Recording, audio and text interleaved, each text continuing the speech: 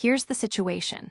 U.S. forces say they carried out a raid inside Venezuela and captured President Nicolás Maduro. Caracas calls it an illegal kidnapping. So what happened next, and why everyone's watching, all comes down to politics, power, and oil. First, the politics. Within hours of the raid, Venezuela's institutions moved fast. Vice President Delcy Rodriguez was sworn in by pro-government bodies as acting president. The message from Caracas was blunt and simple.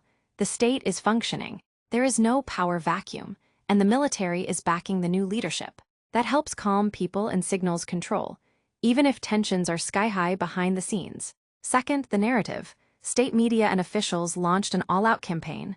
Unity, sovereignty, resistance.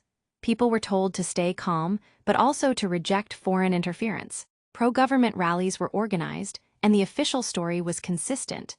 Venezuela under attack. That's aimed at keeping domestic support solid and preventing chaos on the streets. Third, the diplomacy.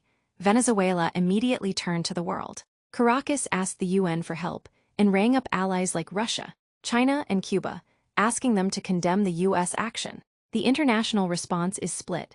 Some governments back Caracas, some back Washington, and many call for restraint. That division turns a national crisis into a regional and global problem. But here's the piece that changes everything: oil. Venezuela runs on oil money. The U.S. has stepped up pressure on Venezuelan exports, including targeting tankers and shipments. Whoever controls oil revenue controls who gets paid, who keeps services running, and who actually holds power. So this isn't just about who sits in the palace.